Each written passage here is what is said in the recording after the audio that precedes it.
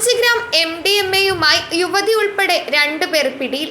ആലുവ കുട്ടമശ്ശേരി കുന്നപ്പിള്ളി വീട്ടിൽ അബൂബക്കർ സിദ്ദിഖ്, കീഴുമാട് പുത്തൻപുരയ്ക്കൽ സ്മിഷ എന്നിവരെയാണ് പെരുമ്പാവൂർ ASPയുടെ പ്രത്യേക അന്വേഷണ സംഘം പിടികൂടിയത്. വെള്ളിയാഴ്ച രാത്രി പെരുമ്പാവൂർ ഔഷധി ജംഗ്ഷനിലുള്ള ലോഡ്ജിൽ നിന്നാണ് ഇവരെ കസ്റ്റഡിയിലെടുത്തത്. ജില്ലാ പോലീസ് മേധാവി M ഹേമലതയ്ക്ക് ലഭിച്ച രഹസ്യ വിവരത്തെ തുടർന്നായിരുന്നു പരിശോധന. യുവാക്കൾക്കായിരുന്നു ഇവർ വിൽപ്പന നടത്തിയിരുന്നത്. ചെറിയ പൊതികളിലാക്കി 1000 രൂപ നിരക്കിലായിരുന്നു കച്ചവടം. അബൂബക്കർ സിദ്ദിഖിന് ആലുവ, പെരുമ്പാവൂർ പോലീസ് സ്റ്റേഷനുകളിലായി 5 മയക്കുമരുന്ന് കേസുകൾ നിലവിലുണ്ട്. കഴിഞ്ഞ ഡിസംബറിൽ ഇയാളെ 1 ഗ്രാം MDMA-യുമായി പ്രത്യേക അന്വേഷണ സംഘം പിടികൂടിയിരുന്നു. 72 ദിവസം ജയിലിൽ കഴിഞ്ഞ ഇയാൾ കഴിഞ്ഞ മാർച്ച് മാസം 1-ാം തീയതിയാണ് ജയിലിൽ നിന്ന് പുറത്തിറങ്ങിയത്. ജയിലിൽ നിന്ന് ഇറങ്ങിയതിനു ശേഷം ഇയാൾ മയക്കുമരുന്ന് വിൽപ്പന നടത്തിയിരുന്നു. ബംഗളൂരുവിൽ നിന്നാണ് ഇയാൾ മയക്കുമരുന്ന് എത്തിച്ചിരുന്നത്.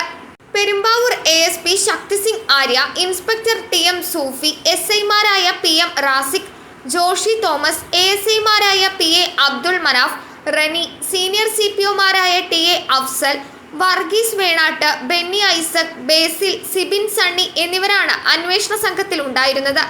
News desk മലയാളാക്ഷരം.